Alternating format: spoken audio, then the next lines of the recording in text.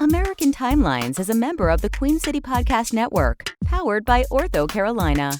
Find out more at queencitypodcastnetwork.com. So now I'm obsessed with time. Come on, tell me about the time. Had it all in my hand tonight. Had the time of my life. When the words all come down like blues on Tuesdays come down. Welcome to another episode of American Timelines. I'm Amy, and that's Joe. And we are back in 1950, and we have another guest this week. We're so excited. We have a Canadian guest this week. Yes. Our second. I can't believe we've had two Canadian. I think we've almost had more Canadians than we have, more non-Americans than we have had Americans, right? Yeah. We had those two guys, four non-Americans. How many guests have we had? I don't know. I can't count. So we're excited to welcome. Right from the start, we'll just bring her in and let her start talking. Please welcome Brenda Ganske from Horrifying History Podcast. Hello, everybody. How are you? Yes. Good. How are you? It's Welcome. so good to have you. Good. Cold. Yeah. It's cold up here today. What's the temperature? Just saying. It'll be Celsius. So. Oh, tell us in Fahrenheit if well- you can figure it out. I'll have to do some math behind that, but it's not freezing. Yes. It's enough that you should wear a coat. Okay. And definitely put on a scarf. We'll put it that You've way. got snow on the ground up there? Yes. Okay. Oh. I say that with disgust. Yes. What part of Canada are you in? I'm actually living in Ottawa, Canada, which is in Ontario. Okay. And which is the capital of Canada. That is the location of our federal government. Okay. And it's an absolutely breathtaking area full of history, and a lot of it's very dark, which is right up my alley. Yes. Ooh, that's up what's my cool. alley too. And that's what's great about that. Yeah, it's like the dark, horrifying history. But you don't. It's not just Canada that you cover, right? No. You cover everything, but a lot of it is. Yeah, what we do is I love to say that Horrifying History is the place where history, the supernatural, lore, and science collides. And what we do is, you guys are aware, we release 4 episodes a month, and this is where we tell tales about the people, places, and things and events throughout history, throughout the world, that have a bit of a darker side. Mm-hmm. We don't just tell the story, though. We actually look at all sides. So what does the documentation tell us? What does sources show? Can science explain what actually happened? And we also dive into the folklore to help everybody who's listening discover where the truth actually lies. Cool. So we do cover everywhere and anywhere in the world that has something dark to say. Yes, Nice. yes. Now, can you think of? We were just before we recorded talking about spontaneous human combustion, which was a recent episode that I really enjoyed. Oh, that's fascinating. And- It's a fascinating topic. Can you think of any other examples where the outcome you believe tends toward the paranormal? Well, it's actually interesting that you're saying that, because the idea of spontaneous human combustion, ever since I heard about it, now just a little backstory for y'all. My grandmother always would read her newspapers, which was the National Star, the World News. Yes. So that's what I grew up reading, an actual newspaper and then grandma's newspapers. So then you'd see all these stories in black and white print of, like, you'd see a femur. Yeah. And it's like, right. And I'd see these, I'm like, how is it just possible a person could blows up into flames? And actually, then when I started researching for the episode, it actually freaked me out a little bit, because I thought, nope, this is a line of crap. Yeah. Nope. Yeah. To find out, actually, the science behind it is completely possible. Wow. Now, the next example, actually, it's funny because it came out today. My next episode after that one, it was called Elizabeth Bathory, Vampire, Serial Killer, or Victim. Yes. Ooh. And that actually came up because of a listener actually reached out, and she grew up in the area where Elizabeth Bathory was from. Oh, That's where wow. her family immigrated over Oh. from. And she was telling me some stories about what she heard could be part of the problem of why Elizabeth Bathory developed into the way she did. And it was really intriguing because I didn't hear that side before. So I started looking into it. And you know what I discovered, guys? She is a vampire. She's a cannibal. She's a serial killer. And yes, she is a victim. Whoa. She's all of it. Wow. Wow. You can be both. All three. All She's of all the of it. above. Yeah. She's all of the above. So I was really surprised to find out what the listener told me after we dove into all the folklore, the documentation, the history, and of both the times and Elizabeth herself, that in actuality, it is true. What this lady was telling me, which I don't want to reveal because you have to listen to the listen episode. to the Horrifying History. It was true. It was true. And yes, she was as much of a victim as she was a serial killer and a vampire and a cannibal. Oh, yes. I can't wait to listen. Yeah, so please listen to Horrifying History, and then, of course, rate and review and subscribe, because it's really fascinating. It's really cool. We connected, Brenda, I believe we connected on Podcorn. Is that right? Is that where we met each other? Yes, we did. Which is a great website, and I'd love to give them credit. They should pay me. Yeah, really. But it's really neat. I keep meeting all these people that I would have never known otherwise, and there's all these independent podcasts that are really great that you might not find otherwise. And so it's really exciting, and I'm just so excited to have her on here that our listeners can then listen, and then we just share each other's listeners. It's just kind of cool and fun. But please listen because you can't stop listening. Like, I find myself not getting the research done for my podcast because I'm busy listening to hers. But yeah, please listen, everybody. And Brenda, thank you for being here. This is really cool because I know you're very busy and it's hard to, you got stuff to put out on a schedule. So I'm so glad you took an afternoon out to kind of have fun with us on American Timelines.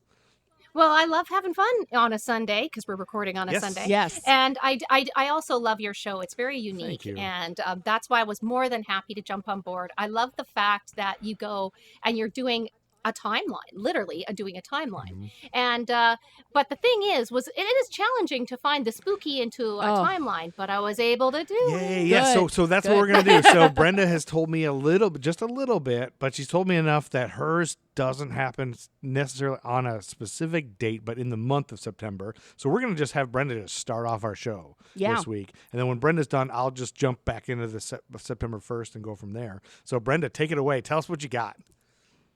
Well, the funny thing is, as what we did discuss earlier, is we were hoping that I could bring something in that was more Canadiana. The problem is, and I was talking to my mom, as I do every Sunday morning, I says, I tried really hard. The only thing that happened in Canada that was really interesting of note of that time, that there was a forest fire, and in Western Canada, the skies were dark. It was like dusk, and it looked like midnight at times. Oh, don't say too much about it because that's my story. It's the Chichinga fire, which we already talked about a little bit back in June. But go ahead, yeah. But here's the problem. But where I'm from, where I grow up, that's like a normal day in the summer. Oh, really? Like there's in Alberta, because of the airflow, how it happens coming from BC up north and through the States, there's the Rocky Mountains, we get everyone smoke. So like last year, I actually moved from Alberta, and that's what it was. I have pictures. It looks like dusk and it's July. Oh my! So you go into your car to go to get groceries, for example, and you're wiping your windshields because it's all ash. Wow. So I'm like, well, that's just like another summer day for us. So I'm gonna find something good. Yeah. So it's kind of, that fascinated me just that you said that was normal. I do remember normal for one me. time, and I'll probably talk about it when you talk about your dark day, because one time my family used to have a cabin in northern Michigan. I don't know, kind of way up high by the thumb. And one day on it was like that. One day it was like noon and it just got dark. It was like it was midnight, and it was unbelievable. I don't think was it an eclipse? Perhaps? No. I don't know what it was. Now that I think about it, I don't remember. I was a kid, so I don't remember. It could have been an eclipse. Eclipse? Could have been an eclipse. I don't think so. It was all day. It was like a storm or something. Yeah. It wasn't just a minute. You know what? I don't remember. I would have known about an eclipse. Like everybody knows about that, right? Yeah, I think. I can't remember what it was. I'll have to ask. Maybe it was a dream you had. No, I know it was real. Maybe I don't. I drink too many beers. Today I'm drinking a Dogfish Head American Beauty Hazy Ripple IPA. They're not paying me to say this. I don't know why I'm telling everyone. Is it good? It's all right. Okay. Right. It's all right. Moving on. Back to Brenda. See, now you're not going to be promoting their beer because you're like, it's if they give me $50, I will tell everyone I love it. It's the best beer I've ever had in my entire life. It's pretty good. It's one of those ones that grow on you the more you drink. I got another one that I'll open up. All right. Later. All right. Well, I have a question for you two. Yeah. Though. Did you guys ever hear of the time where U.S. soldiers pretended to be vampires and ghosts to scare their enemies? No. No. I have never heard of that. Well, So psychological operations have been used by many different military or militia forces throughout the centuries. Okay. This is actually used to convey select information and key indicators to either a person or group of people, and that will result in influencing either their emotions, reasoning, and ultimately their behavior. Okay. So this is actually considered to be, I'm sorry to say this at this time, but a very important part of the political arena. Yes. And it actually is used in both times of peace and in conflict. Huh. So before I tell you guys actually what happened, I think I need to give you a little bit of framework behind it. Mhm. So there's 3 different types of psychological operations considered in a military or a political arena. Mhm. There is strategic, there's operational, and tactical. So strategic includes information-based activities that's conducted outside of a military arena that uses the department or defense assets. So say, for example, a good example of this is like the Jason Bourne, Yes. right? Yeah. He is using governmental assets when he was their asset, Okay. but then doing work that they disavow, right? Yeah. Then there's operational. Operational is conducted across a range of military operations, whether it's wartime or not. So that could be as simple as going and sending somebody in to pull out information, Okay. right?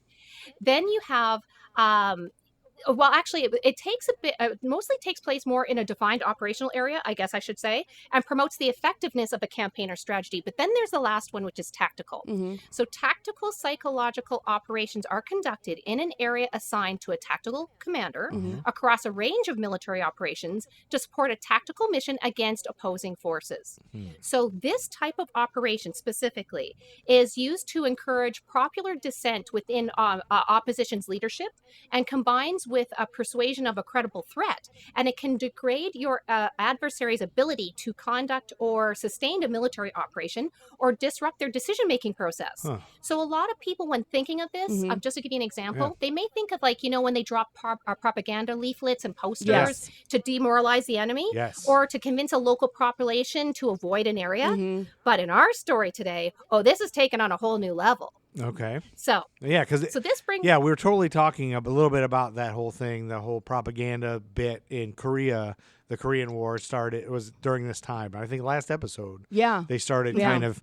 They had actually an former American that was kind of the woman putting out a lot of the propaganda. Yeah. So interesting. I can't wait to hear what it was. Well, I'll just let you say. Yeah, you tell us. Well, this brings us over to a man named Major General Edward Lansdale. So Edward, he was born in February 6, 1908, and he was a United States Air Force officer before he retired in 1963 because he went to leave to go to work for the CIA. Now, he is considered to be a pioneer in clandestine operations and psychological warfare. Well, why is because of what he was involved with in September of 1950 in the Philippines. Oh, the Philippines. So, in the Philippines. So here's a bit of background about it first. Okay. So Edward actually served with the Office of Strategic Services during World War II, and that resulted with him getting promoted to the rank of major. It was here that Edward's tour was extended, and he remained in the Philippines until 1948, helping the Philippine Army rebuild its intelligence services and resolve the cases concerning their very large numbers of prisoners of war. Now, since most of his prior Army intelligence officer experience, he brought over to the Air Force units, he decided to transfer over from the Army to the Air Force in 1947, when that actually in the U.S. became an independent service on its own. So after he left the Philippines in 1948, he served as an instructor at the Strategic Intelligence School at Lowry Air Force Base in Colorado, and it was there he was promoted to lieutenant colonel in 1949, which brings us to 1950. So in 1950, the president of the Philippines personally asked Edward to be transferred to the Joint U.S. Military Assistance Group. This was a group in the Philippines that was assisting their armed forces in combating the communist rebels in the area. And this is what led to what was called the Vampire Mission. Ooh, Vampire Mission. The Vampire Mission. So in September of 1950, Edward was sent by the U.S. government to the Philippines to help dislodge the rebels in the area that were known as the Hucks by using psychological warfare. This is because, well, Edward used to be in the Philippines, and he was well aware of their superstitions. So after he arrived, Edward and those people under his command, first thing they did was start to study local legend. So when they did, Edward decided to come up with a little bit of a test. just to test what the locals would do. Mm-hmm. The goal was to convince the locals that they would be cursed if they supported the communists. And it actually worked. Oh my and it God. helped. So it did. And it helped to force the surrender of some of the Huck units. Huh. So when this happened, Edward knew he was totally onto something. Yes. This is when he started researching a local vampire legend of the Aswang. So, what are the Aswang? It's actually an umbrella term, and it's used for various different shape-shifting evil spirits of Filipino folklore. This includes vampires, ghouls, witches, soul suckers, and werebeasts. Oh. So what's the last the thing you said? A werebeast? Werebeast. Like a werewolf. Oh, so like a werewolf, Okay, gotcha. Yeah, like True Blood. Yes, You yes. know, we're panthers and Yes. we're tigers Yeah. and all that stuff. Okay, gotcha. So these creatures are actually considered to be the most feared of all mythological creatures in this culture, and they have no other goal except to cause people harm. Yeah. They're considered to be the complete opposite of any traditional Filipino value. It is said that these creatures come out at night, and they mostly reside in places like graveyards and in We're woods. talking about vampires They're at this point, right? All of those. Well, things. they- all of those things? All of them. All of those. All of them. Okay. All of them. Okay. So they're considered to be wild, but they have the ability to adapt and live within rural and urban environments while still being feral. Ooh. They are thought to be fearful of light, they hate loud noises, and they will kill absolutely anybody, including their own loved ones. Oh. So there are several ways that people think you can kill or drive away an Aswang. So this depends actually on each various cultural and symbolic symbol of each tool, Okay. and it does result in the creature dying in a different way. It also is very dependent on local area and local lore. Okay. So as a summation here, this monster is a nightmare to most, but for Edward, this was the monster he was dreaming Oh, of. yes. He's like, this is what I need. Yeah. So Edward and his men started spreading rumors in a nearby village that the Aswang lived in the hills nearby, and they started adding as much fuel to the fire as they possibly could, and then they just sat back and waited for that rumor to embed itself into the area. Oh, And as soon as it did, Edward then ordered a covert team to sneak into the hills and hide to wait for a Huck patrol. When the patrol passed, they grabbed the last guy that was in the line, and they dragged him into the bush, and they put 2 holes into his neck and drained him of blood. Then they threw the body back on the original trail, and they left. Oh my That is When so. When the Oh my God. gets better. Oh my gosh. When the body was found by the Hucks, they were positive that the rumors of the Aswang was true, Yes. and they fled. As you would. Nobody Yeah. in their right mind you wouldn't think anybody would do that. Right. Right. That's So this hilarious. allowed the Philippine forces to completely take over the region. So by killing one guy, they took over. Holy cow. Now- Here's the interesting about this. This isn't the only time that U.S. soldiers use superstition for their advantage. Actually, they did this in Vietnam with a different result. Really? Yeah, so in Vietnam, American soldiers tried that same sort of trick by capitalizing on the belief that the souls of the dead that were Yes. not we buried covered this. had to wander We the- talked about right. this. The ghosts. Or, They yeah. had, Let her yeah, go. they're called a lost spirit. Yes. So what they did is made a series of ghost tapes, Mm-hmm. and they called it The Wandering Soul. So these tapes started, they're actually online. You can listen to them. Oh my Yes. God, So- really? Remember we I didn't talked know about they this. were online. Yeah, I think we Yeah. did this. Yeah. Yeah. It was wild. They're on. Yeah. What they do, if you listen to them, they start with a Buddhist funeral music, and then they're followed by a little girl's voice crying for her Oh. dad. Oh, so Whoa. creepy. So what would you search And then- if you wanted to listen to that? Oh yeah. Then the wandering ghost comes on the tape, Wandering and ghost. the ghost responds by crying with regret that he chose to die on a battlefield far away than stay with his family. So he's talking about his regret. Yeah. Oh my God. So what happened is all these soldiers, they had speakers in their backpacks, and they had it on. They retrofitted ships and Oh, aircrafts man, with it, yeah. and they would play the messages at different times. But the results didn't work like it did in the Philippines, like stab dude in the neck, bleed him out, Yeah. and make it think it's a vampire. What happened is when in Vietnam, when they heard this, Mhm. they actually became under increased fire. But then Americans, they were smart. They'd use this for their advantage too. So one day, a commander of a plane went out, played the tape. He underwent huge fire, and he said, "I'm never playing those tapes again." But of course, they're like, "No, you're totally gonna do it tomorrow night." Yeah. But when they went out, they actually gave him a AC-130 to support him. Yeah. That plane's job was to target anything who shot one round atom. Yeah. Mhm. And as soon as they did, it did another version of a terror, I guess is the way to look at it, is because they're like, okay, you hear the tape, you know it's coming, you better go hide. Yeah. So they actually switched the ideology, but it didn't work as well as it did in the Philippines by killing one single guy. Yeah. Right. So did the opposition actually believe there was wandering spirits? I can't say, but what I can say about this whole thing is the moral of the story is bringing one person's fear up against them is actually a brilliant way to win a war, even though it brings up the ethics of debate for ethics in war. Yeah. Yeah. Right. That it really does. But I mean, just with one person's death, you probably saved so many lives. How many hundreds? Yeah. Right. Hundreds. I've always thought ethics in war was a weird oxymoron thing. I know there's rules. Well, you have to have rules of war. I know you do, and we've talked about this before, but it seems to me like the person who wins always just doesn't follow those. Like, how are you going to trust it's life or death? Like, some people don't. It's interesting. I don't know. Yeah, it is. Yeah, my husband, he just retired from the Canadian military where he spent pretty well his entire career. He got in, believe it or not, when he was 16.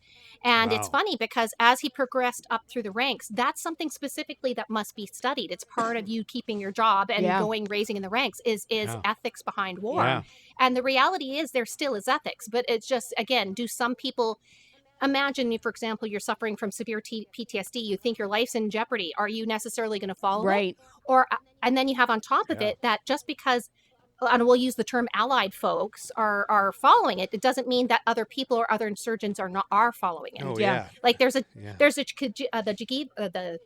Geneva, the thank you, convention. Yeah. Do they follow it? Right. You're Right. right. No. That's it. Yeah. No, they don't.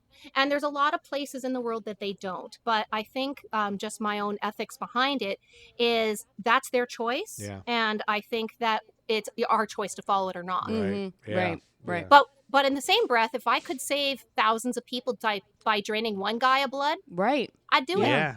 I mean, and you're even, like you said, you're saving the other person's Millions. soldiers, other country soldiers too, because less of them are dying just Right. because they're scared. Yeah. You're making them retreat. Yeah, I think that's genius. Mhm. And It's really yeah, cool. I think And that's why Yeah. he's the father of psychological warfare. yeah, that's really cool. awesome. That's really Yes. cool. And I think I love the angle of just, without him knowing those people and knowing that that's a thing, it wouldn't have been. You can't just make up a ghost anywhere and just do that. But if they already have that You folklore, have to study the culture. Yeah. yeah, and that's a big advantage to anything probably. Mhm. And Yeah. and also, I'm not surprised at all the CIA phoned and like, hey, we got a job for you. Come over here. Yeah. Yeah. Yeah. No kidding. It's brilliant. It was brilliant. Yeah, what a cool story that was. That's brilliant. Yes. Awesome. Thank you. Yes, thanks, Brenda from Horrifying History, everybody. Listen and subscribe, but we're going to jump right into the timeline. Amy's towards the end of the month, so I got a lot to cover. So we'll just strap in, and Brenda, jump in wherever you feel. Okay, we're at September 1st, 1950 was a Friday. The FCC released a statement that it favored the CBS technology for color television broadcasting, as opposed to the other two proposed systems by RCA and Color Television Incorporated. They felt that those fell short of the FCC requirements and recommended the television set manufacturers should build sets that could receive both the CBS system and the standard black and white analog signals. Television manufacturers declined to make sets that accommodated the CBS system, though, and they eventually a different system by RCA would become the industry standard. So basically, what you're saying is they got color TVs. Well, they were making color TVs, but I guess I kept it in here because it reminded me of, now that we've gone to HD. Yeah. Remember, there was all, and like when videotape came out, everybody was like, VHS or Beta, which is gonna win? And VHS won, and Beta went away. Right. So with this technology, which I don't propose to understand, I have no idea how color TV works. I don't get it. We had a black and white TV when I was little. Oh yeah, we did too. Like, to me, that's crazy that that in your lifetime, it in was my all black and white, lifetime, yeah, we had a couple black and white TVs. And it's weird because it's not that bad. I mean, you're not really missing much. Well, I I guess think until you now, if you had to watch a black and white TV, right. Oh, for sure. Yeah, my kids will be able to do it. No way. But there's still movies that are in black and white and stuff. But even just the size of them. Like, Yeah. think about Oh. how Oh my big those God. black and whites and the weight. Oh yeah. And now the you can just weight. take a flat screen and just carry it up your stairs. Yeah, I can just carry yourself. it with Yeah. under my arm. And Yeah. it was Throw it in either my that car. or you had, I remember we had one that was probably 9 inches in diameter, and it was Yeah. a black and white TV, and I was like on my nightstand. Yeah, well, that's amazing that you had a little one like that. Yeah, that we small. did. It was like a radio TV mixed. When I was little, I thought, because we had color, but everything that was in black and white was older stuff. Like Right. I thought that the world was black and white when my mom was little. Like I thought, there wasn't color Yeah. in the world. Like everything didn't have, like all your clothes were Black and white. gray and white. Like I didn't get it for a while. I think I was real little. You were, yeah. I was 14. And hopefully I knew that. But anyway, I guess the idea was that there were different systems and they had to kind of compete and figure out. RCA ended up coming up with the industry standard, Okay. which I think RCA just went out of business, which is crazy. But just to think about that world where you're talking about what the standard of, everything is. And then here's a story that same day on September 1st. John Crabb was a 59-year-old immigrant from Denmark. Okay, that day he was in 1950. He was freed from the Topeka State Mental Hospital, where he had been held since 1930 after being mistakenly adjudged insane. Oh, no. Oh. So for 20 years, this guy Oh. been who's living not in a mental insane ward. was in a mental institution In the 40s. in the 30s and 40s. 30s and 40s. Throughout the 30s and 40s. Jeez. And Can here's you the- imagine a mental institution in the so 30s and 40s? he was 39 when he went in, and he got out when he was 59. His confinement was God. blamed on his inability to clearly speak English, combined with his bad temper. Oh, no. And he was So did he immigrate in, or was his first Yes. language another language? Oh, I see. yes, from Denmark. So he was Dutch. So he initially he was finally freed by the efforts of several insurance executives who spoke the Danish language and then they returned him to Denmark. But so he was a dishwasher at a local diner. He was a farmer back in Denmark. He came here to the American dream, whatever it was. He was a local diner in Kansas, and he threatened a coworker who was hitting on his girlfriend. Oh, Apparently, he said some really blood-curdling things, according to the Sunday Sun on The Guardian, which was a paper. On Trove is the website I got this from. They took him to jail based on these threats, and then when he got to jail, he refused to eat, and he soon ended up at the state mental hospital. So he kind of was just like rebelling. Yeah. And he was a hothead. He did have a temper, but once he got out, though, he kind of had no hard feelings. Like there's a Really? article where he just kind of laughed about it. It's like, yeah, we all regret You it, know- ha ha ha. And they went back to Denmark. But this whole thing that happened brought to light the state of affairs in this Topeka mental hospital, which resulted in other sane men being freed also. Oh, my God. You're kidding. Wow. Yeah, the medical officer, Dr. Paul Tusing, he said the records showed that the place had been a snake pit. When Crabb was admitted, the hospital had 5 doctors for 1,800 patients. Oh, my God. Whoa. He was afraid the patients who gave trouble were put in restraints or submitted to rocking chair therapy. More than 70 patients at a time were in the rocking room, and they just rocked all day. And Ugh. sometimes half the night. Like they just tied him to these rocking chairs, I guess. The doctor explained that Crabb was at first diagnosed as a violent schizophrenic. Sure he was violent because he was afraid of other patients. He would try to defend himself. Yeah. 1,800 patients, then they would put him in the violent ward, and then he'd have to battle all those people. Yeah. So nobody ever tried to find out what was really the matter with him. Well, and anybody would But be how violent. did he walk out of there being sane? Like, if you're surrounded with Yeah. insanity Yeah. for 20 years, how do you actually keep your mental facilities and get out of there sane is question number one. And number yeah. two, tying people physicality wise, you tie an into, I work in healthcare. Oh, yeah. Can you Yeah. tell? Yeah. You tie a person down to a chair and you rock them for 12 hours. How did they not get bed sores, infections? Yeah. I bet they The did. sanitation was, yeesh. Oh, I'm sure they How did. did he not die from that? Yeah. Well, we both have worked with people with developmental disabilities. I've worked in a lot of group homes, and just looking at the history of that, I learned like a lot the of them history come from, the older guys yeah, come from I institutions. looked at their history. Like they were institutionalized when you would just lock a bunch of guys in a room And you don't care what happens to him. Like crazy guy with Down syndrome, autistic guy, throw them all in a room. They didn't know what autism was. And just whatever happens, they fight for food. We had guys that, they would ball up their food in their cheeks because they were used to having to do that to get your food. You had to put all your food in your mouth immediately or you wouldn't get it. Oh, my God. So just crazy things like that. But so the way they found him is that his family for 20 years in Denmark. Denmark. I want to say Deutschland. In Denmark, were they were appealing and trying to, and just think of the technology then, like had to write letters and all that.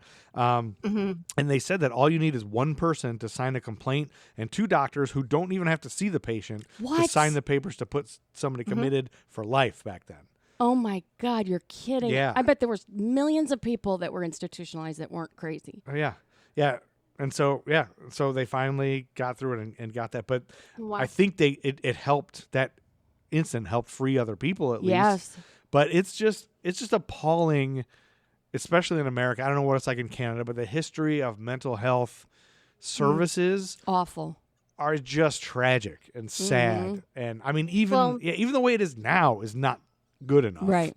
It's better. It's not. But, but have you ever heard of MK Ultra? Yes. That's I haven't. That CIA actually. program. Oh, no.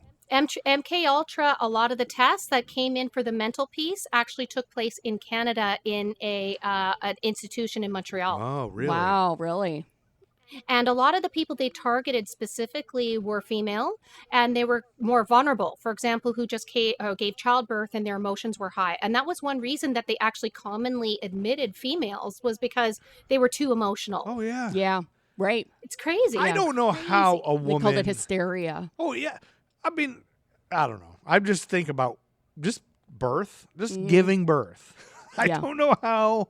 We don't need to get graphic. That's how any human can do that and not go insane. Right. The pain, it just doesn't, it blows my mind. I mean, I'm a man. But if you're too emotional, yeah, right. off you go. That's right. Right. That's how it was. Yeah, that's exactly. Oh, yeah. Oh, it's so sad and terrible. And that's also the same day that Phil McGraw, the American TV personality, was born. Who is that even? Dr. Phil.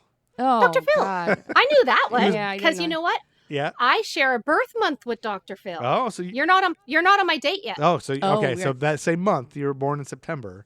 So we'll see if we'll get to it. Hopefully, it's not a day I skip. So I'm going to jump to September 4th, 1950, which is a Monday. Are you familiar with the comic strip Beetle Bailey? Yes. Mm-hmm. This was the first day it appeared. It was created by Mort Walker, and it's made its debut in 12 newspapers. And in the first strip, Beetle began his first day as a student at Rockview University. He wasn't in the Army. Oh, really? Really? And he arrived with only a toothbrush. But by March 12th, 1951, he would go to a U.S. Army recruiting station, beginning a new career, and that's when the strip would soar in popularity. Nice. So for curiosity's sake, I had to look up the first Beetle Bailey. Yeah. Because I loved comic strips when I was a kid. I loved Beetle Bailey. He was my favorite. And little trivia, I don't know if you know or if you care. Yeah. But his sister is High from High and Lois. And so there's a really? couple crossover episodes. Oh, I didn't know that. Yeah, I so didn't know sometimes that. Beetle would be there for Thanksgiving, and I was like, to me as a kid, oh my God, it just blows your mind. Anyway, the punchline of that strip on the first strip was Beetle Bailey and another college kid are talking at the college diner. It's like it looks like it's in Happy Days or something. And the other kid says, "Hey, I'm a freshman here," and Beetle's like lazy. He's got his, you can't see his eyes. And the guy says, "Hey, I'm majoring in science with a emphasis on chemistry." And Beetle says, "I'm majoring in relaxation with an emphasis on sleep." And that's the sounds like most college people I know. Yeah, That's right. but that's the punchline of the comic. Little wholesome 50s punchline. Yeah. It's fun. It's worth a little chuckle. Yeah, you sure. know. And that's the funny papers. I really miss those. I don't think they exist anymore. Do they? Yeah, maybe they do. I remember, like reading Snoopy and stuff, and so I kind of miss those too. I miss playing with Silly Putty on the funny papers. Yeah, Making, you could copy Oh, I it, love that. Copy it onto smash the thing. it on there. I mean, Yeah, those were great. they were great. But I would say, I think you think you miss it. But if I went and got you a funny paper and some silly putty, I think that would occupy you for maybe a minute. You're right. Yeah. Then I'd use it for a day. Yeah. And then I'd put it in a container and then throw it away. Yeah. I mean, we should get it for the kids. Dazzle them. They would be dazzled. Would they be dazzled? Because they've already had, they've had silly, Lego or everything. What's the silly putty? The Play-Doh. A million. Yeah. They've had the guy's hair. Anyway, let's keep going. Yeah, but that's not the same. No, it's not. It's definitely not. You can print your cartoons on it. Yeah. It's brilliant stuff. I do remember being amazed at that and thinking, I can do anything. I know, I can copy anything. And then, okay, now I'll move on and not do that Right. anymore. Then you learned about photocopiers. You moved on. Yes, That's right, exactly yeah. right. Yeah. So then Tuesday, September 5th, 1950, Al Killian was a 33-year-old American jazz trumpet player who was shot to death by his landlord in a case of mistaken identity. Sadly, I couldn't find anything. I scoured the internet for this. I was like, this would be a great story. I was going to give it to you for your murder. You couldn't find anything? I couldn't find anything about it except it was just mistaken identity. That's all I could find. But he was a great jazz. All I could find about him was what a great jazz musician he was. So, yeah. Wow. Sadly, I couldn't find. So maybe that's a true crime story, just waiting for some podcast person to go find it. Or an author or the something. information or somebody. Yeah. Is that a hint? Yeah, there you go. That's a hint for you podcast, you true crime people. Like that could have been one that I've never heard of him, but that he was murdered in a case of mistaken identity. I mean, maybe it's not that. If it's just mistaken identity where he just walked in, they thought it was a burglar. Maybe that's it. But I don't know. And then Wednesday, September 6th, 1950, former librarian Beverly Cleary. You guys remember that name? Yes. Oh, yeah. Every girl knows that name. Yes. She launched her career as a writer of popular children's fiction with the publication of, remember the first book? Was it Ramona the Pest? Henry Huggins Ramona. was the first one. Oh. By the Not any Ramona. Yeah, Henry Huggins I think Ramona started as a character. I think he was Henry's sister. It could be. I think Henry I think there's a book called Henry and Ramona. Henry Huggins started it as the first thing, and then it shifted to Ramona, and then she took the spotlight, and Henry only appeared a little bit. Yeah. But she started with Henry Huggins by the William Morrow Company with illustrations by Louis Darling. According to her autobiography, My Own 2 Feet, the publisher asked Cleary to change the name of the dog. Remember the dog's name? No, I don't. Ribsy. Oh, yeah. Oh, Remember that's Ribsy? actually a great That's dog's right. name. Yeah, they asked her to change it to Ribsy from its original name of Spare Ribs. Oh, yeah. And Spare Ribs, I found out, was named after when she was writing it. She happened to have spare ribs in the fridge, and that's how she named it. Oh. Yeah, that's why they made it Ribsy. But I remember Ribsy and was Super Fudge. Was that the same person? That's Judy Blume. Oh, Judy Blume. I used to get them mixed up. Yeah. But I read Ribsy. I don't know if I read the Ramona ones, but it's just funny how it just brings back. Just a little book like that brings back so much nostalgia. Yeah. Just a little did you know. And then Thursday, September 7th, 1950, the game show Truth or Consequences made its debut on the CBS television network at 10 p.m. Eastern Time after having been a successful radio program. It was hosted by Ralph Edwards. The game show Congress annually presents the Ralph Edwards Service Award because he was so great. For those within the game show community who have worked tirelessly for charitable causes. So I had went down this whole rabbit hole because I couldn't believe what's the game show Congress? Yeah. There is like a yearly game show convention that happens. Oh, man. It still happens. It's like game show fans and game show hosts and everybody like go to some retreat somewhere in some city and just like celebrate. You game imagine shows. the costumes? Yeah, I bet that's fun. Like game shows are cool. Like I don't love game shows. I don't know if they're but very vogue anymore. They really need to give Alec Trebek a lifetime achievement Oh, award. yes. I'll bet you if you go to Game Show Congress this next year or whenever the pandemic's over, he'll be the poster. He went to university probably about 20 miles from me. Oh, really? Oh, wow. So here in Ottawa, when he died, it was a big thing. Oh, yeah. And they did a lot of things for him here because he always did such great things for his hometown as well as Ottawa. That's nice to hear. It's nice to hear somebody like that is not a jerk. Like I know. No. He was the least jerkiest person. I will say I always kind of just assumed he was a jerk because he's like I have all the answers. I have all and the you don't knowledge. know. Yeah. Yeah. I used to love, oh, yeah. So, yeah, that's good. Well, back to Truth or Consequences. On the show, I wasn't really aware of this show. I mean, I had heard of it, but I didn't really know. But on the show, contestants received roughly 2 seconds to answer a trivia question correctly, usually an off-the-wall question that nobody would actually be able to answer or a bad joke before Beulah the buzzer sounded. And then on the rare occasion that a contestant would answer it right, the host would reveal the question has multiple parts and they can never get it right. But the real thing is like everybody wanted to do the consequence, whether or not they got it right. Oh. So sometimes it was a zany or embarrassing stunt. But sometimes it would be like an emotional surprise like for a contestant. So like being reunited with a long-lost relative or if an enlisted son or daughter is returning from military duty, that's cool. like just not in Vietnam or something, which I had no idea. And then Bob Barker was a host of this for a while. Oh, really? Really? Yeah, in the 50s. And it's funny, he traditionally ended each episode with the phrase, hoping all your consequences are happy ones. And so he was the host of this in the 50s. So like the mid-50s to the late 50s. And then one time in 1994, when he was host of The Price is Right, he started accidentally delivering that closing. You're kidding. But he caught himself by mistake and covered it by saying, hoping all your prices are right. Instead of saying that. And then he switched to his tagline. Do you remember what his tagline was on Price is have Right? your pets spayed or neutered. Have your pets spayed or neutered. Yep. Yeah. I completely forgot that until I looked this up. I remember it.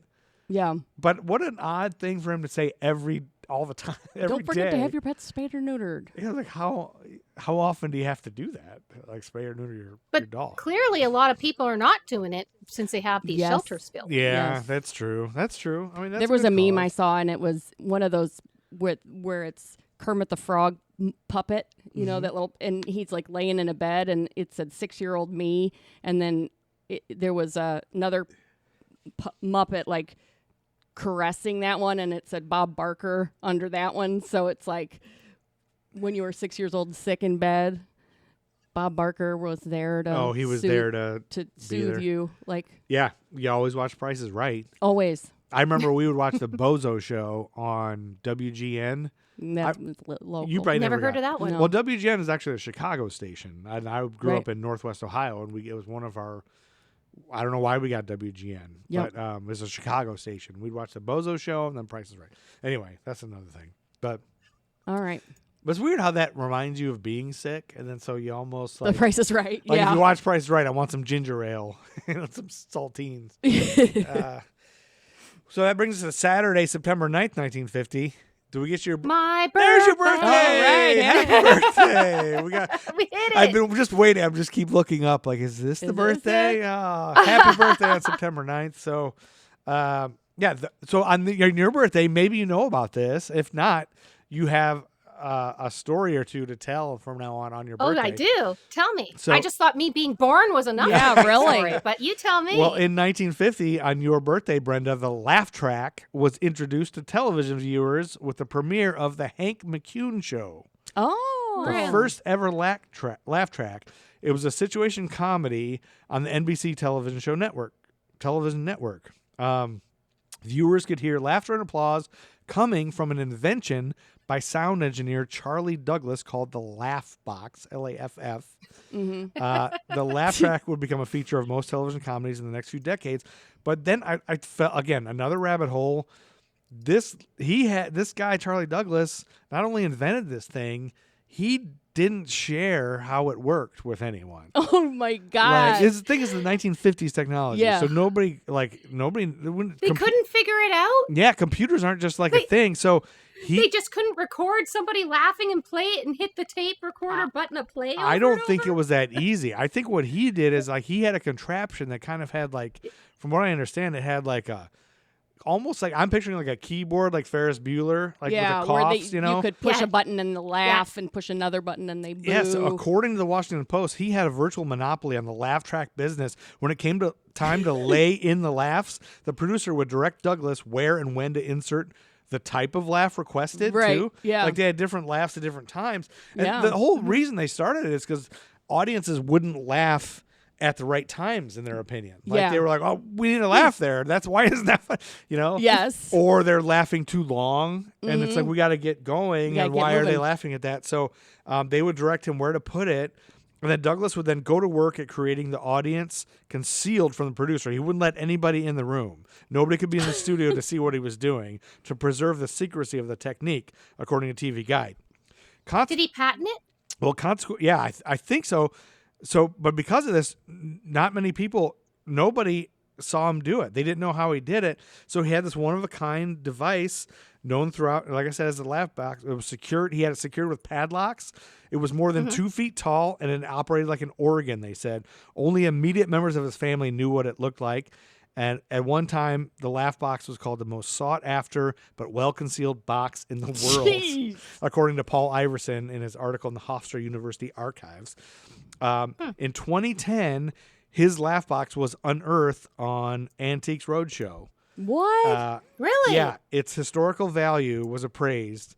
Are you ready for this? What? At $10,000. Oh my God. That's it? That's it. Yeah, I actually thought it'd be more Yeah, I thought it'd be more too. at this point. You'd think so. But you think by 2010, like I could make that on my home computer. Yeah, right right. now. Like I could Right. make a. I can just download a MP3. Yeah, Yeah. we could put. Call it a day. I could put a laugh track in this episode, and now that we're saying it, I probably will just to prove. I think that you can do it. should. Yeah. It you will just should. laugh You throughout totally should. everything.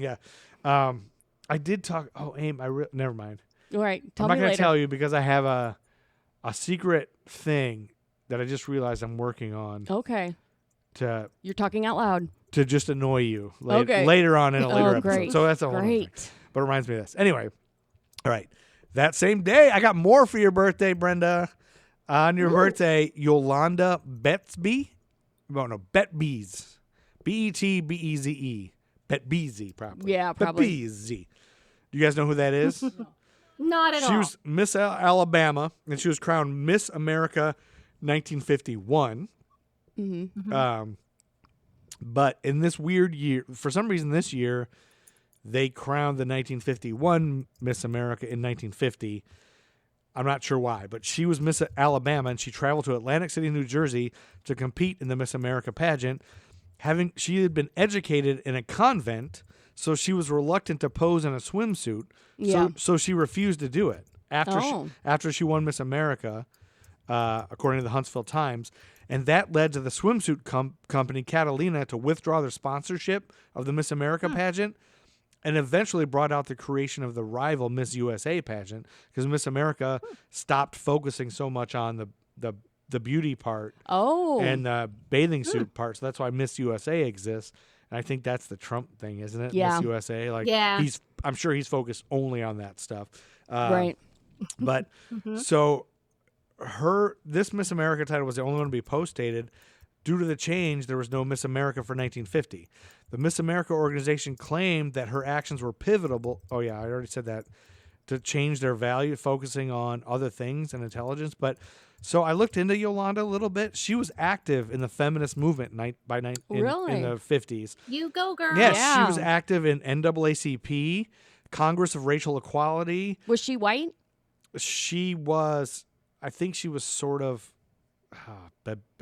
Betsby, Yolanda. She You don't know. She looked white. Okay. Her pictures. picture. Okay. But dark hair, so maybe a little bit yeah. Maybe something. Latina or Yeah. something. But I'm not exactly. I don't know what Betsby is, like maybe Eastern European or something. But Yeah. but she also participated. SANE. She was a member of the Committee for a Sane Nuclear Policy. So she's cool. She studied philosophy. She was an opera singer. She helped found an off-Broadway theater. Whoa. So, we think of these beauty pageant people as just Yeah. dumbbells or whatever. And so I think Tiffany last week on our last episode really kind of made me think, like, let's pause a minute and recognize women who we don't hear Yeah. about that have done something cool. even Women though- and people of color. and people of color Yeah. for sure, which we'll get to another one here. But I want to take more than just a second. She won a beauty pageant. And I was Right. like, and especially in 1950 to do those things. I know. It blows my mind, and that should be something celebrated. Nobody's ever heard of her, so let's give her a moment to snap a little Well, bit. And, you could have looked up how to pronounce her last name if you really cared that much about her. Well, most of the article, her last name was Fox because she married some guy named Fox. But Yeah. I actually cut that out of her bio because I didn't want just her marriage to be a focus, because her marrying some guy doesn't need to be a focus. So, yeah. Cool. Yeah, so happy birthday, Brenda. September 10th, 1950, did you know that George Bernard Shaw, the 94-year-old British playwright, slipped from a ladder while trying to prune a tree and fractured his thigh? Oh. He would then die less than 8 weeks later. Okay, bummer. I did know that. You knew that? You want to know why? Well, yes. Because the Shaw Festival's out of Niagara Falls, and I used to go to it whenever I could. Oh, wow. That's cool, and they probably talked about that. They do. And then the Colgate Comedy Hour premiered that same day, which we've talked about a few times. I've mentioned a bunch of times. It was supposed to be a competitor to Ed Sullivan's variety show, and they would rotate hosts between Eddie Cantor, Martin Lewis, and Fred Allen. It ran for 6 seasons. And then Monday, September 11th, 1950, the case of Bowling versus Sharp began when 11 African-American students were denied enrollment in Washington, D.C.'s new John Philip Sousa Junior High School because the U.S. Congress had voted years earlier for racial segregation of D.C. schools. The denial led to a suit which would be decided on May 17, 1954, the same day as Brown v. Board of Education. Oh. And the court would unanimously strike it down along with that. And that same day, 33 people were killed when a train carrying U.S. Army recruits stalled on the tracks in Ohio and was struck by the Spirit of St. Louis Express, operated by the Pennsylvania Railroad. Yeah. And then I'm going to jump all the way to September 16th, 1950, which was a Saturday, and it was the start of the 1950 NFL season. It was the 31st regular season of the National Football League. The merger with the All-America Football Conference expanded the league to 13 teams. Meanwhile, television brought a new era to the game. The Los Angeles Rams became the first NFL team to have all of its games, both home and away, televised. The Washington Redskins became the second team to put their games on TV. Other teams arranged to have select games televised. So that probably blew everybody's mind. Yeah, I mean, seeing it on TV. Well, and think about the rifts it started with husbands and wives, and I still remember you to this day telling me when you were a kid, all the guys in your family were watching football. Oh, every Sunday. On Thanksgiving or on Sundays. And every Sunday. You'd go pull the power so they couldn't watch the game. Yeah, I would go and take the fuse out of the fuse box, and all the power in the house would go out, and I'd get in and run away. Now, I'm not saying that football is not watched in Canada. It is, and quite often by a lot of people. Yeah. But that's not our go-to. It's hockey. Yeah. Hockey. We come out of the womb with skates. Bardowski's boys. That's a Letterkenny thing. Oh, okay. The hockey guys say all kinds of crazy things that I don't understand. But anyway, the season started, and then Sunday, September 17th, 1950, a Miami Herald reporter whose stories were sometimes picked up by the AP, E.V.W. Jones, he published the first known press coverage to describe a pattern of disappearances in what would later be referred to as the Bermuda Triangle. Sweet. Jones titled his story, Seas Puzzles Still Baffle Men in the Push-Button Age. Whatever that means. Well, the push-button age was the 1950s. Like, they thought that was high technology. We have push buttons now that do things. So, and it began with the recent news item about the April 6th disappearance of an American freighter, the Sandra, in the Caribbean Sea, and recounted other recent incidents. The points were Bermuda, San Juan, Puerto Rico, and Miami. And Triangle writers have used a number of supernatural concepts to explain the events. One explanation pins the blame on leftover technology from the mythical lost continent of Atlantis. Sometimes connected to the Atlantis story is a submerged rock formation known as Bimini Road off the island of Bimini of the Bahamas, which is in the triangle by some definitions. Other writers attribute the events to UFOs. I always thought the Bermuda Triangle was in some really remote area of the ocean that people just avoid. Oh, but no. But it's a huge... it's not. Yeah, it's a huge triangle that every day tons of boats go through. Right. Like, so it's not... Like, grew up as like, I never want to go through the Bermuda Triangle. Right. Because I'll get lost. But I'd read, reading this, I was like, oh, it's huge. It's everybody goes through there all the time. So... Well, interestingly, if you look at the stats behind the Bermuda Triangle, they haven't lost... necessarily more than other areas. right? Yeah. It's Okay. actually it's more, considering the size of the area, it's actually reasonable. It's probably But low. if you look at other areas, there is other triangles in the world that are worse. Ooh. Like, for example, the Alaskan Triangle. Have you guys heard about that? No. Now you guys got homework. Yeah, tell us all Yeah. about it. Or do you have an episode about that? I do. Ooh. My very first episode, I talked about the Alaskan Triangle, but it actually makes logical sense that with the Alaska, think about it. Okay. The terrain Yeah. is horrible. The weather, it's horrible. Yeah. And Cool. most people who want to go in there are not dressed for it. Yeah. Yeah. And on top of it, you have basically massive ice surfaces and mountains that'll break away. Oh. You have fog, you have storms. Yeah. It makes a lot of logical sense. And also with it, a lot of that area hasn't even been really truly looked into or mapped out yet. So Oh. it makes logical sense that you're just not going to find anything. Right. Then you add all the wildlife, like the bears. Yeah. The bears. That blows my The mind bears. that we have any place on Earth at this point that hasn't been explored. Like, that's why the deep ocean freaks me out. It's like Yeah. we don't know what's in the deep ocean. Yeah, I know. Like, we still don't. There know. could be some big motherfucker down there, and There we could just be, don't I know. mean, Exactly. Yeah, I mean, And that's the we don't know. interesting thing. They have about 250 new species that's found a year. Isn't that nuts? That blows Isn't my that mind. crazy? Yeah. That is crazy. So to me, for example, they talk about like all the supernatural reasons behind the possibility of Bermuda Triangle, and some of them that was brought up previously, like like the krakens and all that Yeah. stuff. Yeah. If you actually look at it, the kraken is just a gigantic octopus, and because in the deep water they're able to grow bigger. Yeah. So the kraken was proven to be real. Oh Yeah. my gosh. Yeah. The Kraken's Right? real. Giant squid So- too. Yeah. Was another one Right. that they didn't know existed.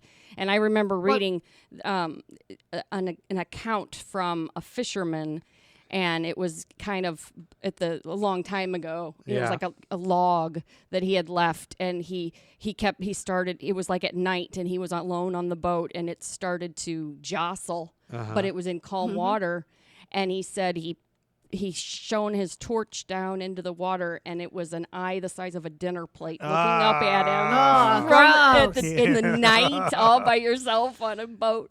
Yeah. I'd creep out, man. Oh my I think God. there's a. Did you- Oh yeah. I think there's Now, a did you UFO guys hear base. the news yesterday about the DNA sequencing's been done on the platypus? Because the platypus Oh. used to be a cryptid. Oh, No. really? Right, and then they discovered it was actually a real thing in the late 19th century. But the funny thing is, they finally just finished the sequencing. And do you know what a platypus actually is? No, What? haven't heard this. It is a mammal, a bird, and a reptile. You're Wow. kidding. It's all of it. We knew it was a mammal, a Isn't that duck-billed. crazy? Yeah, that's crazy. Now, is it They always said it was a mammal, but it's not. It's not. It's a not. bird and It's a three. reptile. And a mammal. It's So all of it. It's like the missing link. It is. now, That's isn't crazy. it a platypus related to like an echidna or something? Or What's an echidna? it's another Well, it's clearly- Australian. it's another clear- Australian It's clearly animal related that's to a duck, a dog, and a beaver. reptile. What reptile would it be? Well, they do have the poisonous in their. what Yeah, was they it, got in their, poison in their leg. Their legs. There's In their legs. They the do? male That's- platypus has a spur on his leg, Yeah. and he stabs, and it's poison. What? More poisonous than a that's- snake. What? Yeah, that's where they get from the reptiles. Yeah. Whoa. Yeah. I didn't know Crazy, that. They're crazy animals. And thank you for listening to the Platypus Podcast. The platypus hour. Learning the That's right. Platypus Hour. That's hilarious. You mix horrifying history and American timelines, you get the Platypus Hour. That's right. Okay, I'll try to move a little bit quicker. The U.S. Senate passed on whatever date I'm on. I keep forgetting it's not a touch screen, my son's computer. September 20th, 1950 is a Wednesday. The U.S. Senate passed the Internal Security Act of 1950, also known as the McCarran Act. This act required that communist organizations had to register with the U.S. Attorney General and prohibited the employment of communists in federal government jobs. It also barred the issuance of passports to members of communist organizations. And in a clause called the Detention Act, it gave the president the power to declare an emergency for the purpose of placing suspected communists and communist sympathizers into detention camps. Wow. Oh, my. Holy shit. So we're not going down a good road here. No. No. And that was actually repealed partly in 1971 and 1972 after facing public opposition, notably from Japanese Americans. Isn't it as you can amazing? imagine. Isn't it weird how every time the the white supremacists start to feel like they're losing power, they accuse the other side of being a communist. Yeah, they always accuse the other side Yeah. of doing everything that they're doing. Yeah. Yeah. Um, It's the biggest case of gaslighting you'll Oh ever my see. God, it is. Yeah. It really is. Yeah, I'm sure, Brenda, I'm sure it's weird for you to be on here with a bunch of Americans with what we just went through this week Yeah. with our Civil War I've or whatever it is. I've talked to a lot of my American friends, and honestly, this is going to sound very horrible. Please don't kill me, all you American people. Our border is closed. Most people in Canada Yeah. are very happy. Yeah. Yes. That's happening right now. Yes. Sure, yeah. But the reality of it is, if I could sneak a couple people over and offer my services as an emotional support Canadian, I'm here for you. Yes. Yeah. I can make some great poutine, and Oh, it's so delicious. And it's so poutine. delicious. I always thought it was poutine, but no, it's poutine. oh my God, it's so delicious. I don't know why we don't have it at more places. It's the It's the weirdest gravy but best Oh, yeah. on invention the ever. fries. Yeah, there was So when I was in Montreal for Just for Laughs, there was a poutine truck that I just every day I got a different And style why of you have poutine. hypertension now? That's why I have hypertension now. Yeah, so it's There's delicious. no health at all in that. No. Just French fries None. slathered in gravy. With cheese curds. Oh, Mwah. the cheese curds on top. Yeah, I can't forget the cheese curds. That's the thing. Yeah. So good. So Thursday, September 21st, 1950, on Bill Murray's birthday. That's all I'll talk about. No. And then Friday, September 22nd, 1950, I want to pause and talk about Dr. Ralph Bunche, who was named as the winner of the 1950 Nobel Peace Prize, becoming the first African-American to win the award. He was honored for his work in brokering ceasefire agreements between Israel and her Arab neighbors. And, Nice. And Dr. Ralph Bunche he spent time in Toledo, Ohio. Really? He's from Detroit, but he spent time in Toledo, and then his family moved to the West Coast. So he's got this whole long history, and he's a descendant of slaves. So it's really cool Wow, that that's great. he did this kind of cool thing. You know, what's really cool is the fact that he started his life in Detroit, Yeah. and he's negotiating peace in Israel. Yes. Yes. Yes. Yeah. So- That's Amazing. cool. Yeah, it is. Because I've been to Detroit, Yeah, have you? Yeah. and good for you, fun. man. Yeah, Yes. really. Detroit is rough. I'm from 45 minutes outside of Detroit. I'm from Toledo, Ohio. So I'm with you on that. We go up to Detroit for sports games and concerts. The and airport, stuff. and that's about it. And that's it. You don't want to go for much else because it's a hellscape. Yep. And Saturday, September 23rd, 1950, the U.S. Senate voted 57-10 to override President Truman's veto of that Internal Security Act. A day after the House had voted 286-48 to pass it into law. So Truman tried to stop that, Really. which, a feather in Yeah. his cap. Oops. Shoot, I got lost here a minute. Oh, no, where was I? Oh, and that brings us to Amy's thing on September 4th, 1950. I understand you have something to Yes. wow us with. Well, and we'll see. it's not necessarily a murder. It's not a murder this yeah, you time. gave it away at the beginning. Yeah. And Oh, darn. I know. And I kind of phoned it in this week because Because you knew Brenda would be bringing the heat. that's right. That's Yes. right. Well, no, it's my work has been crazy. So Yes, Amy is a teacher in a pandemic, in a and it's just pandemic not working. of So kids Oh, with wow. disabilities. So most of this is by Lou Bernard from pawilds.com. But and Okay. then I also got some from the Buffalo Courier Express from September 24th, 1950. So Okay. it was a newspaper. Now, Buffalo to me is basically just a Canadian city. I know it's technically in the U.S., Yeah, but it's so far up there that I just assume that's Canada. lots of snow. Yeah. Okay. We count it as ours. We'll just take it. Yeah, just take it. So we're good. I'm going to tell us about Black Sunday. Black And Sunday. we kind of touched on this at the beginning. Yeah, September 20. We talked about the Chinchanga fire, Right. which started in June, and it's continued. To me, that blows my mind. But, Yes. And so, yeah. So Okay. So usually there's nothing unexplained about the dark. It happens every night, usually between 8 and 10 p.m., depending on the season. Okay. But on September 24th, 1950, 69 years ago today, which it's not because I It got was this from 69 years ago, the day that article that you read was written. That's right. It happened far too early, in the early afternoon to be specific. Oh, the same day that Think Fast was on ABC. It was an American quiz show that ran from March 26, 1949 to October 8, 1950, that revolved around a group of 5 panelists. 3 regulars and 2 weekly guests who would compete to see who had the most to say about a particular subject. They'd sit at a large table, each getting a chance to sit at the king's throne by out-talking the others on that same day. Oh, I would rather slit my throat. Yeah, than doesn't that watch sound like a terrible show? Yes. Yeah. Yes. And it was a mystery, one that covered the Pennsylvania wilds in darkness. Wow. So it began at about 3 p.m. Okay. The sky began to go dark all across Pennsylvania wilds, gradually but quickly, which is, to me, kind of a weird way to phrase it. But yeah, when you say the Pennsylvania wilds, yeah, that's just the unsettled areas of yeah, like the yeah. Okay. And by 4 in the afternoon, it could have been midnight. Is how dark it was. Yeah. So Robert Linman of Potter County wrote about the incident in his book, Amazing Indeed. He reported, it became darker and darker as impenetrable clouds blanketed the sky. As the black cloud mass churned and tumbled, weird lights colored the sky, green, orange, and red, yellow, and blue. It was an amazing phenomenon of awesome beauty. Can you imagine not knowing what that is? What's going and just on? Suddenly it's the end of the world. Because it's not like... You really have to think about these times. Like anything that goes on weird, we look at It's all superstition. Facebook, Twitter, and we see it. Oh, okay, it's a whatever. It's whatever, yeah. I hear a gunshot. I look on Facebook.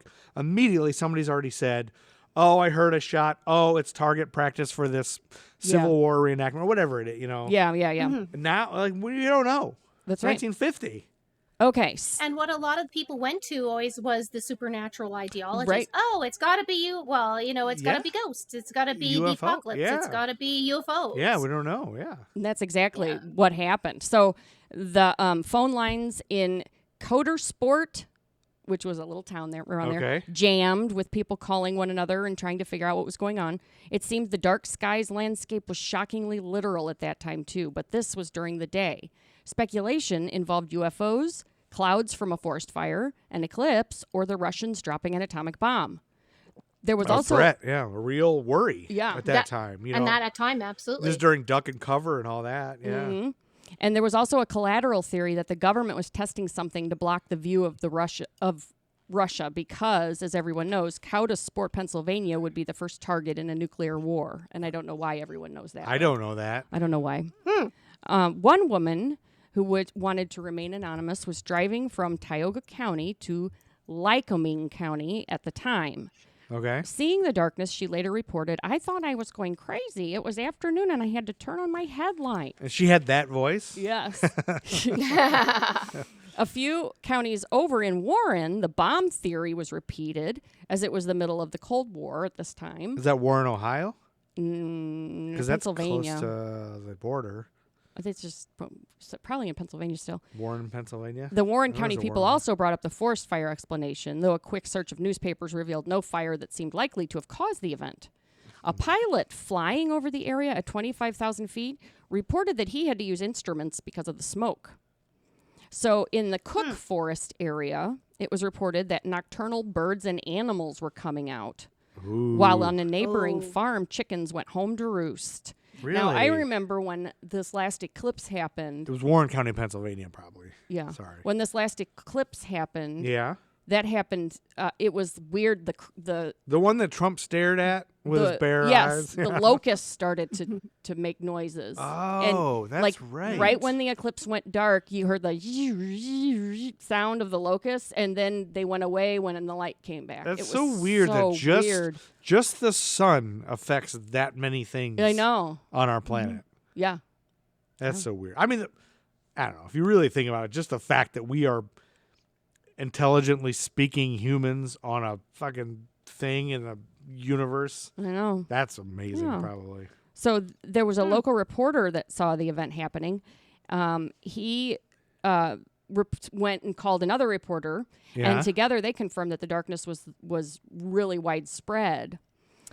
From at least the I-80 frontier to Elk Country, the countryside was blanketed in darkness. And the I-80-90 turnpike goes from Pennsylvania all the way to Missouri, I think, like through Chicago. Yeah. Indiana. So how widespread was this phenomenon? Well, it was... you said from I-80 to Elk Country, which I'm not sure... Well, I know there's like Elkhart, Indiana. Yeah. And all that, so... Down. I think it was I think it was a pretty widespread area. Yeah, but I don't have the you exact. don't have the exact info. I have a couple eyewitness quotes here. All right. So one of the reporters said it was dark and cold. It was not until noon that I first noticed the strange yellow light outside. It kept getting darker and darker. The strange, hot, tawny color at the zenith had the quality of a yellow August afterglow, yet different. By 2:00 p.m., it was almost like night. In the west, deep blue, black clouds. Then the sky went from Mars violet up to tawny orange. Lower clouds and white and cold. In the southeast, brilliant yellow light at the horizon. And then there was another, the other reporter said between 1400 and 1600 Eastern Standard Time, light from the sky was diminished to the dimness of twilight. The sky was chaotic with, I don't know what that word is. The sky was chaotic, showing where the, I'm not going to read this quote. I'm changing my mind. All right, let's cut that There's one. a lot of, I don't know how this person's talking and why they're talking, so edit that out. All right. Okay. So in Clinton County, most people retreated into their homes. A little girl in the corner of Main and Grove Street in Lock Haven sustained minor injuries when she was hit by a passing car that hadn't turned on its headlights. Oh, Isn't that sad? Oh. that's crazy. Meanwhile, down at the airport, local pilots returned to their hangars as the light dimmed. Fred McDonald of All American Airlines landed his plane full of passengers rather than take the risk of continuing the flight. So I guess they didn't have a lot of light instruments at this time. Yeah. Maybe. Maybe not. Right. Yeah. And one enterprising reporter went to the top of Highland Cemetery to get a look from higher elevation. A huge cloud covered the area, but to the east and south, he reported that he could still see some daylight filtering in.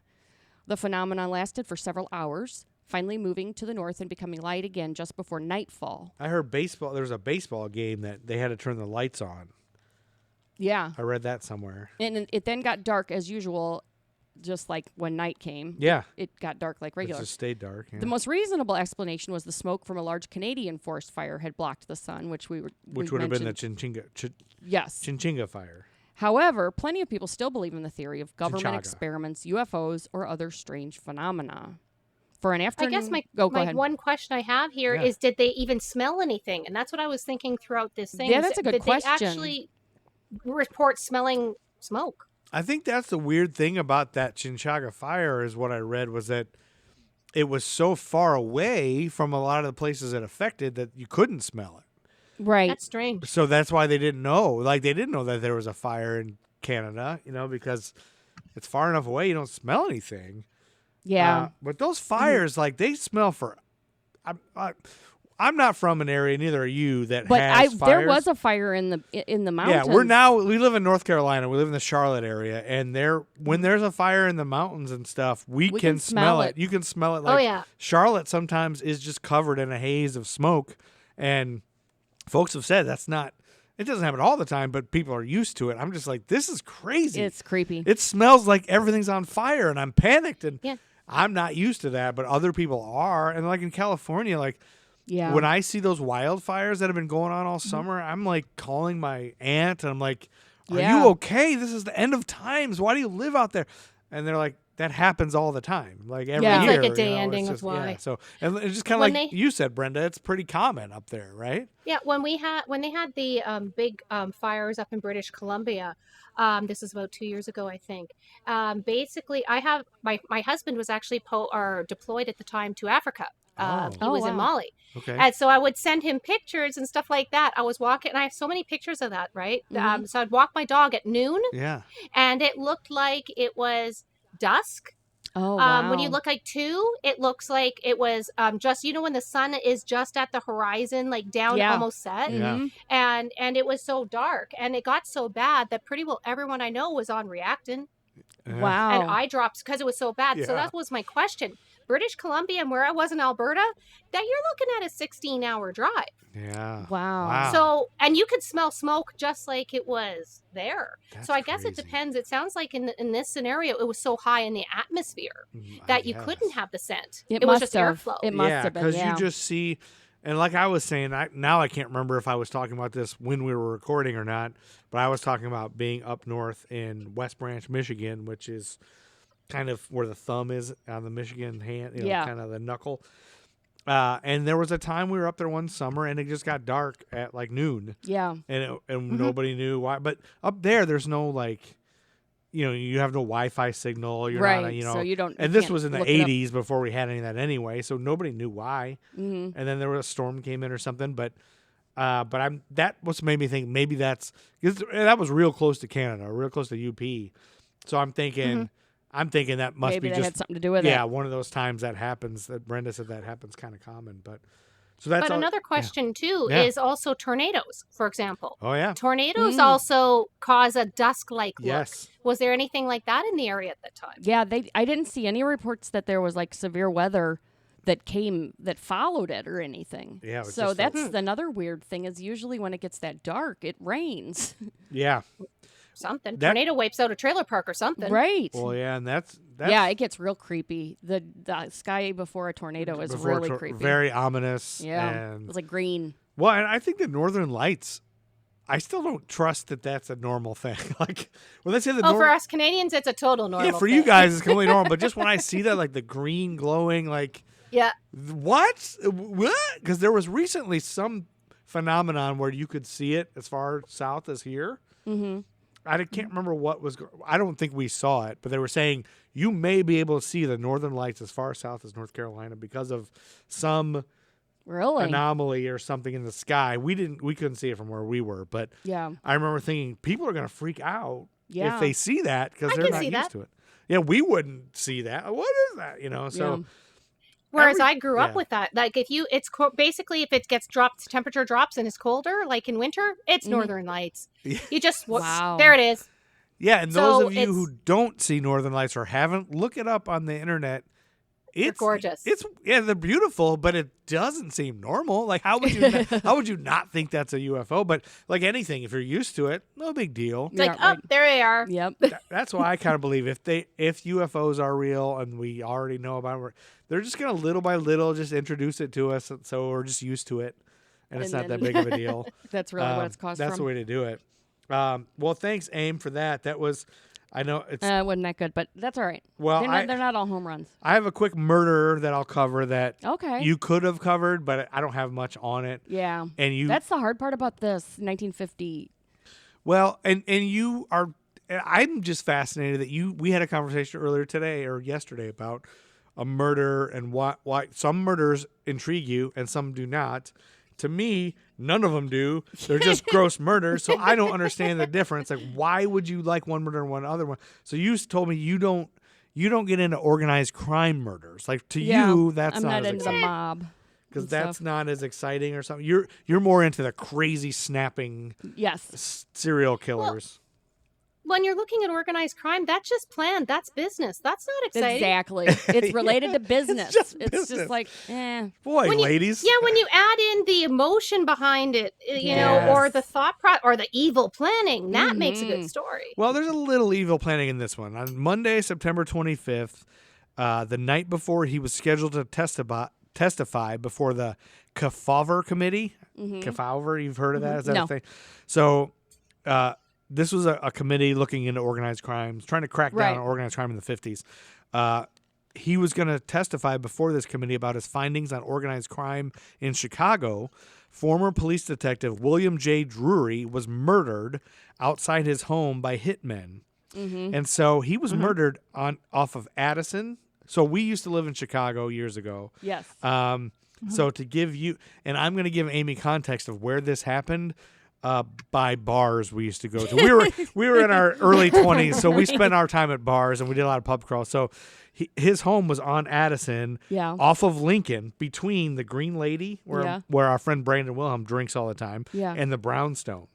So Addison hit in between there. Oh, okay. So right off of Lincoln there is where he Wow. was. Like right there, bars we've been to a million times. We've been past this. Okay. That's where he was murdered. And according to the Chicago Tribune, the responding officers found William Drury slumped over the wheel of a new Cadillac. There were 4 holes in the windshield made by the shotgun that killed him. The hood was scarred by a .45 caliber bullet. Whoa. Drury had no chance to open the glove compartment of the car, where police found a regulation .38 caliber police revolver containing 5 cartridges, the Tribune reported. A gray fedora hat with shotgun pellet holes in the crown and a pair of yellowish gloves were on the seat. To me, that was very That's the 1950s. That's the 50s. Yeah, see? The gloves and the hat. Gangster, fedora. A few hours before the shooting, Drury and his attorney had been making arrangements for him to testify before the U.S. Senate Special Committee to investigate crime and interstate commerce, which I kind of mentioned. And later in the evening, a Chicago attorney, Marvin J. Boss, another investigator who claimed to have dirt on Chicago gambling operations, was also shot to death. That was more towards Lakeshore Drive, not near the places where you and I used to drink. Yeah, okay. But organized crime, this guy had discovered a lot of things, I guess, because there was probably a lot of corrupt cops and things like that that he was about to expose. And so they just, they took care of it, see? That's right. It just blows my mind that this organized crime shooting happened right where you and I spent plenty of drunken St. Patrick's days, wandering around. And I think that might... Oh, no, one more thing I have for September 1950. September 29th was a Friday. And do you remember a couple episodes ago when I talked about the Hazel Scott show? I was very excited because she was an African-American singer who had her own show. And it was only 15 minutes. Well, it was canceled by the Dumont Television Network. 1 week after she had testified before Congress to deny that she was a communist sympathizer. Oh, my God. Yeah. So we were all excited that an African-American woman had her own show, and then it already got canceled because of communism. And that brings us... How come I'm not surprised? Yeah. I know. Yeah, we're not surprised. Everything is just and this it had theme. to do with racism, too. Oh, of course. Yeah. No. Yeah. Not at all. No. Yeah. Right. Nothing to do with it. Not at all. There's no racism then. But that brings us to the end of September of 1950 and the end of this episode. And happy birthday, Brenda. and thank you for being here on American Timelines. Thank you so much. You gave us so much. That's why it's cool to have another podcaster because they give you so much. That's right. Yeah. Oh, that was fun. Yeah. It was a lot of fun. But the one thing, I actually have to correct one thing. Oh, yes. Correct anything. I have to correct one thing. It's not that I do not like... true crime, the criminality of the the murders. Okay. Yes. In fact, I do. I just like when they seem to follow the same thing. You just hit a guy. That's it. Yeah. It's not as exciting. Yeah, you just hit when the guy. like the Jimmy Hoffas. I'm totally into that. Yeah. Or like that is interesting. For example, for example, did you guys know that Woody Harrelson's father was a hitman? Yes. No. Yeah. I didn't know that. Yep. I've been watching. One of my goals in the pandemic is to binge all of Cheers, and I'm close to being done. Woody Harrelson's dad he killed a federal judge. What? I had no idea. Yeah. Mm-hmm. So I'm totally into that. Oh. But the average hit, it's kind of like, oh yeah, it was the mob. I didn't know that. Now I want to look at that. So I guess that's the element maybe of mob crime or things that could be interesting is finding connections to that, like finding famous people that are connected to the mob. That might be a fun thing. Woody Harrelson, after he figured out his dad was in prison, he actually tried to get him out, even though he pretty well did it. But you got to look up, guys, how his dad was busted. It was brilliant. Oh, I will definitely look it up. I think there's a dollop about it. Is there? Yeah. Podcast. But the funny thing I found is he spent $2 million, he said, and I'm quoting Woody here, beating my head against the wall. Yeah. Yeah. When he tried to get his dad out. Well, when you kill a federal judge, Yeah. you might as well save your money. Yeah. Save your money. Wow. And then you think about somebody like Woody Harrelson and actors and people become famous. Like, there's so much of that.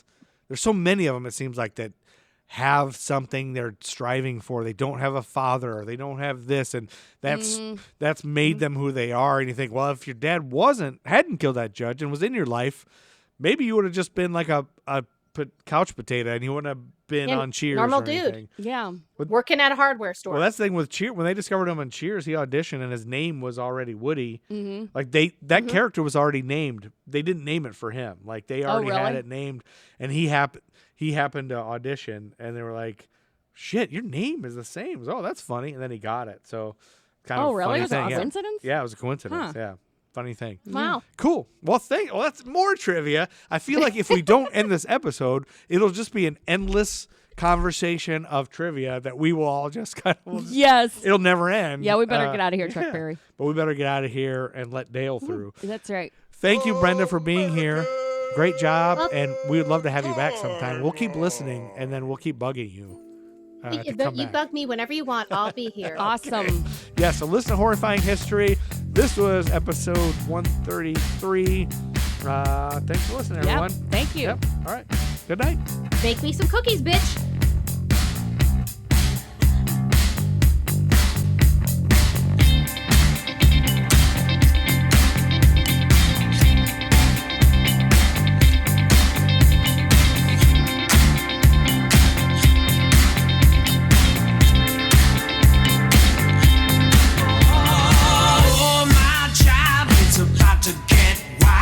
You been down on the streets today?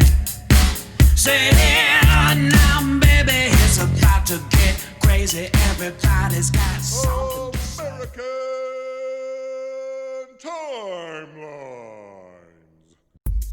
American Timelines is a member of the Queen City Podcast Network, powered by Ortho Carolina. Find out more at queencitypodcastnetwork.com. Make me some cookies, bitch.